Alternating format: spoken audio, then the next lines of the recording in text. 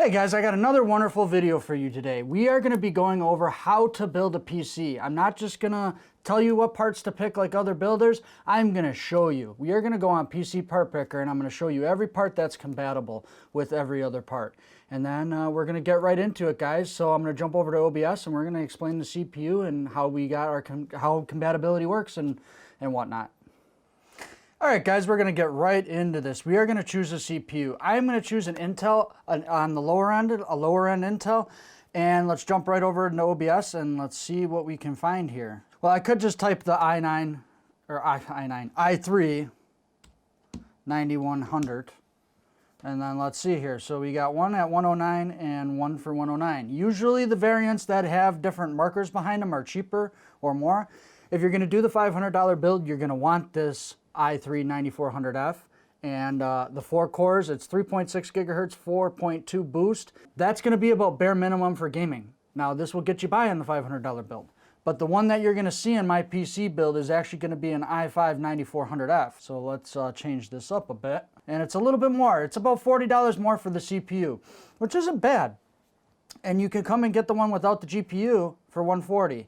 If you're going to look at the one with the GPU, I would say just get the i9 or I keep calling it i9, I'm a goofball, i5 9600F, and that's going to be a little, probably it's going to be about 200 bucks. That's going to put you in about that $800 PC range. With that i3, you're going to be at that $500 range. So I'm going to go ahead and hit add to cart really quick. And the nice thing is it's going to have a compatibility up here. So any parts we pick, if they are incompatible, this thing's going to go red. It's going to tell you right away, hey, this PC is not going to work. So let's move on to CPU cooler. I'm not going to talk too much about this. When you buy this, you purchase this, they have something called an OEM box or a retail box. If you are trying to save money, get the one with the retail box. You will get the lowest common denominator cooler.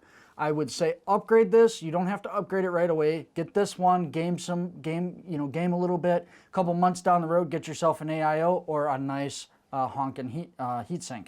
This will help with performance. It will keep it will allow you to game longer at higher temperatures, so it's just a better thing all around. I'm not going to go into this because it'll make this video super long, but we are going to, I can hit CPU coolers, but I'll just show you what I'm talking about, and it's going to have the ones that are compatible already in this list. If you're going to go back and not get a CPU cooler, you're going to look for a socket 1151, LGA 1151, and they are all going to work for that socket. They might have other numbers behind it, but you just have to worry about that LGA socket 1151. And of course, this is not loading for me, but these are what they look like. This is an AIO. This is going to be a liquid cooler. This is going to be the best. One brand I like here for on the cheaper end is going to be Coolmaster and so forth. But I'm going to back up here, and we are going to get right into the motherboard. All right, guys. Now on the motherboard tab, we are going to find a motherboard that will work with our CPU. Go ahead and click right here. I prefer Asus. I'm an Asus fanboy. We'll put that out there. But if you're going to go for the cheaper stuff, I'm going to look at MSI and ASRock. Them are my two favorite. ASRock is a company of Asus. So the board that I actually picked for this board is this MSI B365M Pro VHD. It supports 64 gigs of RAM. It's an LGA 1151 like I was talking about, and it's a micro ATX.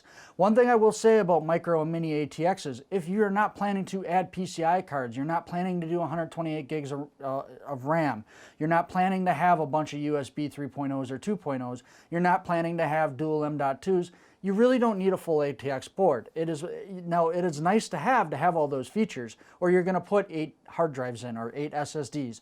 So real quick, I'm just going to hit add to cart, and this is going to have at least an M.2. It'll support 6 hard drives. There's 2 USB 3.0 slots, there's 2 USB 3.2 slots for front headers on your case. You have 2 2.0 slots right here. And then you have, these are your PCIe 1X and your 16X shielded PCIe. So, and then it's got your M.2 slot, which is right here, and then a bunch of I/O stuff in the back. It does have support for an onboard graphics card, but we're building a gaming rig. We don't even want to care about that. Like that's a forethought, and you know, it's in the past. So, all right, guys, I'm gonna move on here. A couple things, like I said, with the micro and the mini. There's also ITX motherboards, but it's not in the purview of this video. If you want something about that, throw a comment down below, and I'll try to get that in there for you. So I'm gonna go ahead and add this, and I think I did already. Nope, it didn't let me add it. It did not let me add it. There we go. We have our motherboard. Now we're on to memory. So for most gaming needs, you're only going to need about 16 gigs. You can get away with streaming with 16 gigs and video editing, but really if you're going to be doing that type of stuff, you want 32 or 64. The more memory, the better here. So this board only supports 2666, and how I can look at that is if I come back here and look at this motherboard and I look on the left, it says, you know, highest it supports is DDR 2066. Now the page for PC Part Picker does not show what the CPU will support, but I can tell you it's 2666 again. So that's the type of RAM we want to look for. All right, guys, we're going to come in here and choose our memory. And our memory is going to be 2666, and how we can figure that out is if we come back here and look at our motherboard, it will show DDR 2666. I also know the CPU supports 2666, and that's the highest it will go up to.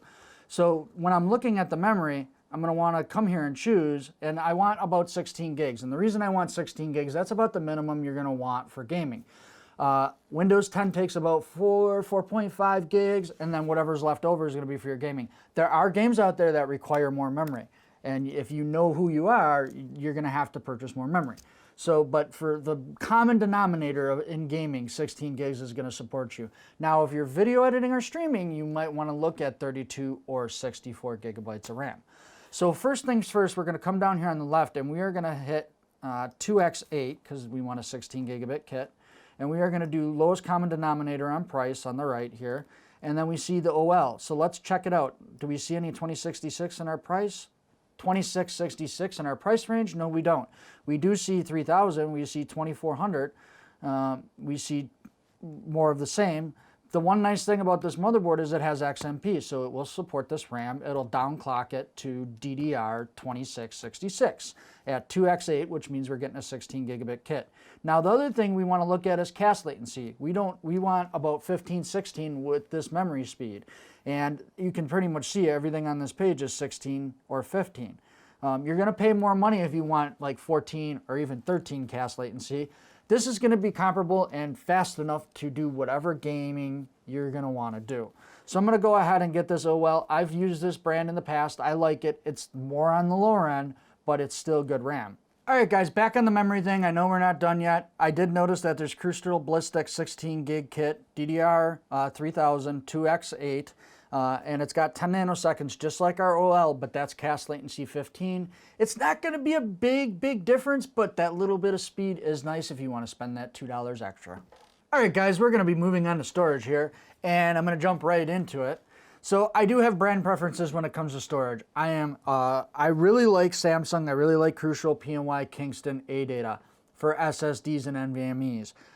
When it comes to SSDs, I don't so much like Western Digital and Seagate, but they make awesome hard drives. So I'm going to show you how to pick an SSD here quick. It is not going to be a large hard drive. It's going to let you do 1 or 2 games plus the operating system, and then plan for later to get a 2 or 3 terabyte hard drive down the road. But if we look, I'm going to look for an SSD because we are trying to do an actual budget build here, and every couple dollars counts. So let's do SSDs. I wish I could get that M.2. If you can get that extra, $10, $20 together, go ahead and get that M.2. It's going to be way faster. The speeds are going to be way better. But let's go here and look, and these are still showing up. Why are these not NVMEs? They're showing up as SSDs. Making a liar out of me. All right, let's change the price here to low. And then let's change our size. We don't want anything below 500 gigabytes. And let's see what we can find here. Because that's going to be about the cutoff, because you're gonna use with updates probably about 70 gigs, maybe 80 gigs with Windows 10. And then of course you got games like Modern Warfare Cold War that are 200-300 gigabytes. So if you have games like that on your list that you like to play, you're only going to get maybe 2 or 3 on that NVMe or SSD before it's fully full. So that's why I would say get games that you play later that you don't play so much or you play irregularly. I would say get a regular spinning HDD and put them on there. You'll have to deal with the load times, but you know, that's fine. You got to understand, people did that for about 15 years and played plenty of video games perfectly fine. All right, guys. So we got Team Force Vulcan G. Yeah, I'm not a big fan of that. The first one that comes up is this Mushkin. I do like Mushkin for $49.99. If we had to, we could get this T-Force Vulcan G. It doesn't have any good ratings, but this Team GX2 does. So you know what? I'm probably going to go spend the extra $3 and get this Team GX2. The Evos were on sale. They look like they're not on sale anymore. And that's the thing with a lot of these parts. Sometimes you can find them for even cheaper. They go on sale in Black Friday sales and electronic sales, and you know, different sites hold their different sales. If you can wait a little bit and go through this list, you know, every week to see if maybe the parts are changed in price, you can save a lot of money. So, all right, guys, we picked our hard drive, our SSD, and that's going to be a Team GX2 512 gigabyte 2.5. With our motherboard, one thing about storage is it will support up to 6 hard drives or 6 SSDs, along with 1 M.2 NVMe. So you have plenty of room for expansion. Now, the only thing that's going to dictate if you can expand is what type of case you get. So I will get into that when we get to that part of the video. We are almost there. All right, guys, really quick, I want to explain something about GPUs. With gaming, the video card is your heart and soul of your computer. It's going to mean the difference between you playing a video game on high at 60 frames per second or 120 frames per second. So it's a big thing. This is where you're going to want to invest the most money when it comes to a PC build. They have all different ranges of video cards. And another thing, if you're planning to play in 4K, you're going to want more NVMe RAM. That's let's come here and look really quick. So you see this memory that's right here. That's the big difference. For most first-person shooters, 6 gigs is going to be perfectly fine. But for MMOs and RPGs, you're going to be wanting to look for a little bit more. Really here, if you want to do a budget build, you're probably going to be looking at a 1650. And if you can afford it, I would say, depending on what you can afford, get a 2060 or 2060 Super or a 5600 XT or a 5700 XT. Their price differences, the cheapest 2060 I could find today was $314.99, and the cheapest 2060 Super was $409.99, and then you got a comparable 2060 is the 5600 XT. That's about that's the comparable 5600 XT is going to be $273.98, and then the comparable to the 2060 is the 5700 XT. That's going to be $349.99. So if you want something that has about the 2060 Super's performance at about $60 less, you can get the AMD variant. AMD and NVIDIA both have awesome cards. They both produce great cards, and just you want to get the best video card for the least amount of money here. So I'm going to show that I'm going to get a 1650 because this is for the $500 build, and the cheapest one we can find right now is $149.99, and that's a PNY. I like PNY, so that's a plus, and we got the graphics card done.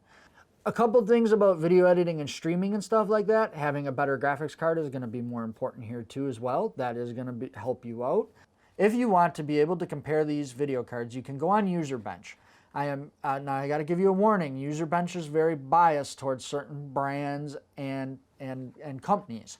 So I take their advice with a grain of salt. The stuff that they have listed for the graphics cards for the FPS will give you a good comparison, but if you read some of their other stuff on there, just be very careful. Take it with a grain of salt. There's a large amount of the tech community that is very unhappy with them. I'm not going to get into why, but just be aware that it's kind of like the old adage, take everything with a grain of salt because you don't know if it's truthful or not. So just be careful with that. I'm not a fanboy of NVIDIA or AMD. I love them all equally, and this is why it allows me to pick the best graphics card for the money. So if I would say, if you want more than 4 gigabytes of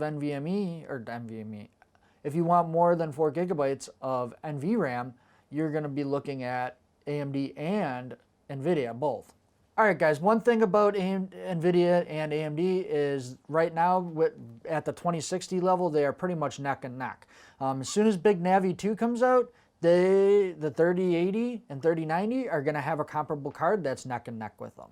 If you want to wait till then because you just want to stick it to the man because NVIDIA is technically the big boys on the block, you can, at least when it comes to graphics cards. One big difference that I want to say is if you're an FPS shooter type of guy, you're going to only be running at 1080p or 1440p.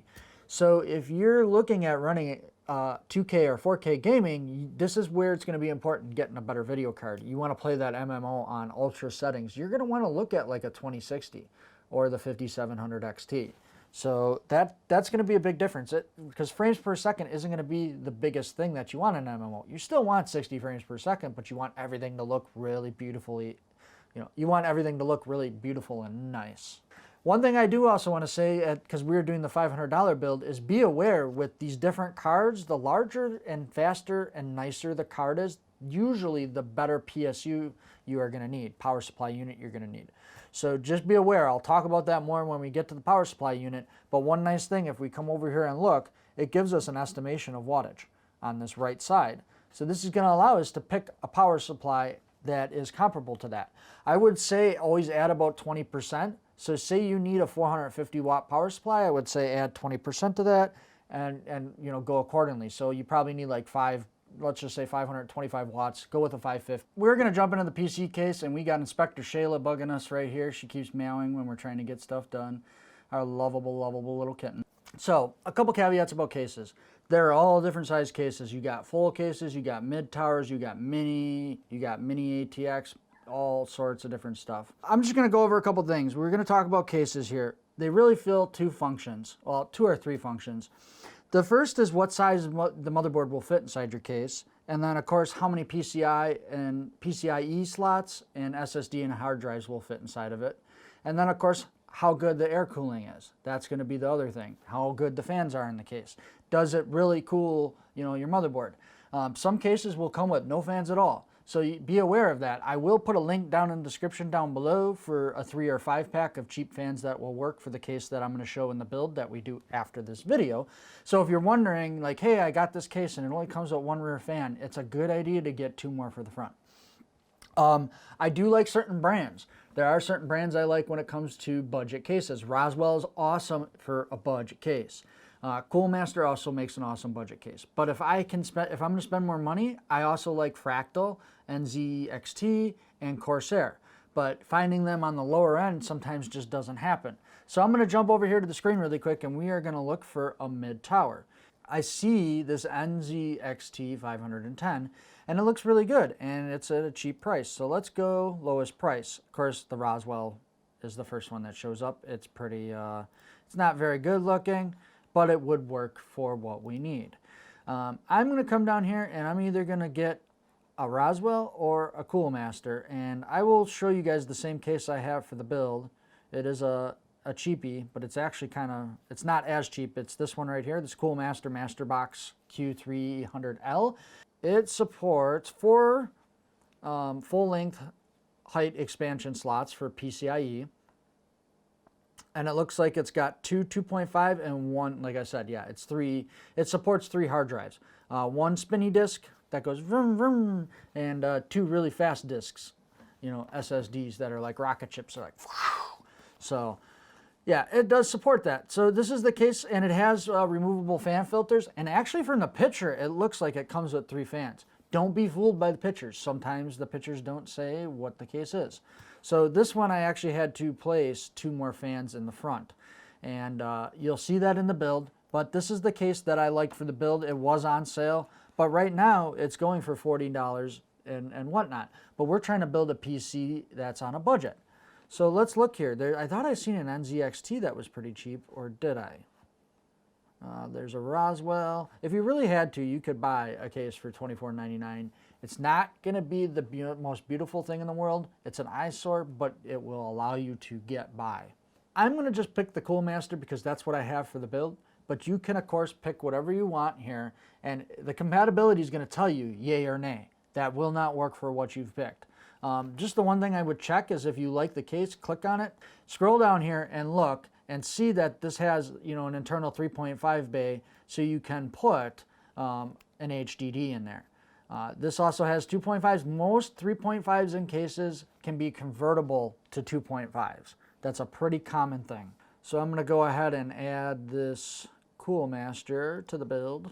The only bad thing is it does have an acrylic side panel, which is a static frickin' magnet, and they get scratched really easily. Alright guys, now we have the case selected. We can see what our wattage is right here, 224. I would say we'd want at minimum 300. Now the thing about power supplies, I would say if you're on a budget build, you can get a really cheap power supply. That'll be awesome. But if you ever want to upgrade from that 1650, you don't want to have to spend another $60, $70, $100 on a power supply. So right here, you're going to be looking between either, do I want to be able to upgrade in the future, or do I just want what I'm going to get for now? Sometimes that's all you can do. That's what's in your budget. You have to deal with that. All right, guys, so we're going to come down and scroll, and we are going to choose a power supply. So guys, I'm going to go over the brands that I like here. I am an EVGA Corsair fan. I like Coolmaster. I like Seasonic. Thermaltake, I dislike them because I've had bad experiences with their cases. I do own one of their power supplies, had no problems with it. The only brand that I will say 100% to stay away from is Raid Max. I've had 3 or 4 power supplies just up and die on me. So I don't know if they've gotten any better, but just from my personal experience of 20 years of building computers, I would say stay away from them. Now the other thing is airflow with the power supply. Before we even get into the wattages and if it's 80 plus, we're probably going to want a semi-modular. You don't need a full modular. The price of them increases when you add modularity. So I'm going to say semi-modular. I'm going to come down here and let's pick semi-modular. And this is semi-modular. I'm going to do the cheapest. Of course, Raid Max comes up, you know, the brand I very much dislike. If you want to give it a try, I'm just saying, you know, buy it at your own risk. They do have this Corsair that is semi-modular. The 24-pin, 8-pin, 6-pin, 4-pin for the CPU is already coming out of there. No matter what, your motherboard's going to use those two, so those cables are going to get used for something. The other thing is some of the power supply makers won't make these very long, and then you'll have to drape them across the case in front of the motherboard, and that affects airflow. So you want to make sure, you know, to pick a brand that has long cables. I know Corsair is pretty good about it. I know EVGA, Seasonic. Some of the other brands I know are good, but it's really you want something that is going to make your case have good airflow. Now that I've talked to you about that whole spiel, let's get on to actually picking our wattage. So the 450 would work for this build, and it's cheap. But say I maybe want to put a 5700 XT in later, or a 2060. Really, you're going to want at least a minimum of 650 to 700 watt power supply if you plan to ever upgrade in the future. So you want to upgrade the motherboard, processor, memory. This power supply will work with it, but you're going to get that beefier graphics card. You're going to want a bigger power supply. So what we're going to do is look for the best 80 plus bronze in a brand that we trust at the highest amount of wattage. See, you got this Raid Max 735 watts. That's you know, at 66 bucks, it's like, oh, I can get everything and anything that I want in one package. Problem is, a year down the line, the thing dies on you. It's really useless at that point. We come here and see this EVGA, it's 80 plus bronze. Now, if you're wondering about the blonde. Yeah, if you're wondering about that blonde walking down the street. If you're wondering about the 80 plus bronze stuff, this is an efficiency rating of how well the power supply's efficiency is.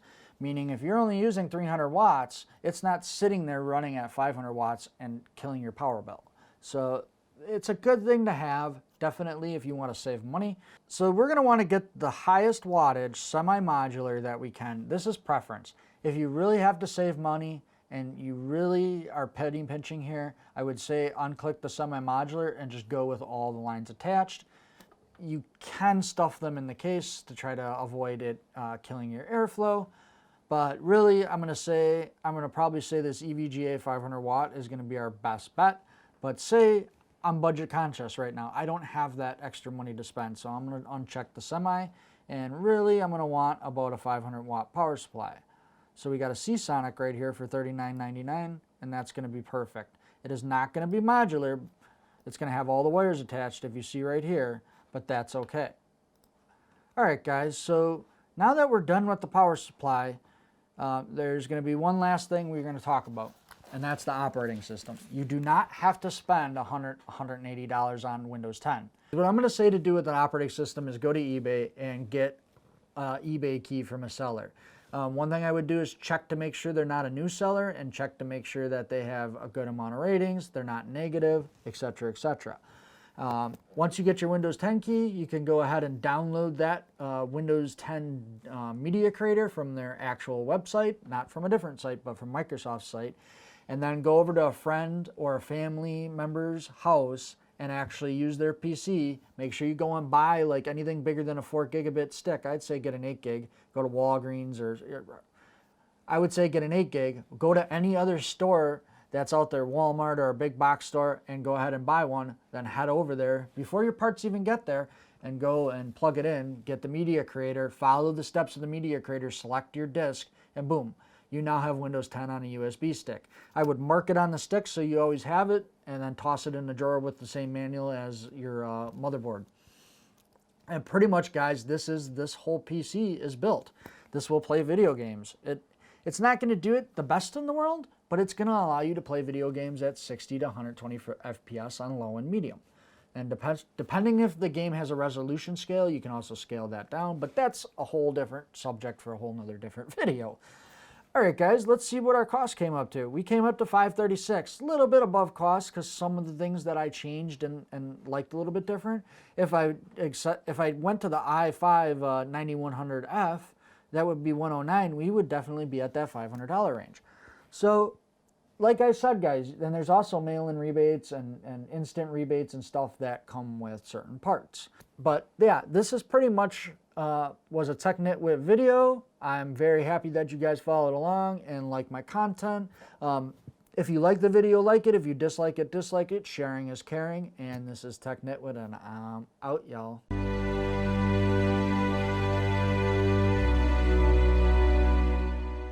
Hey guys, it's Tech Nitwit here. Make sure you guys subscribe and like and hit that bell. Thanks.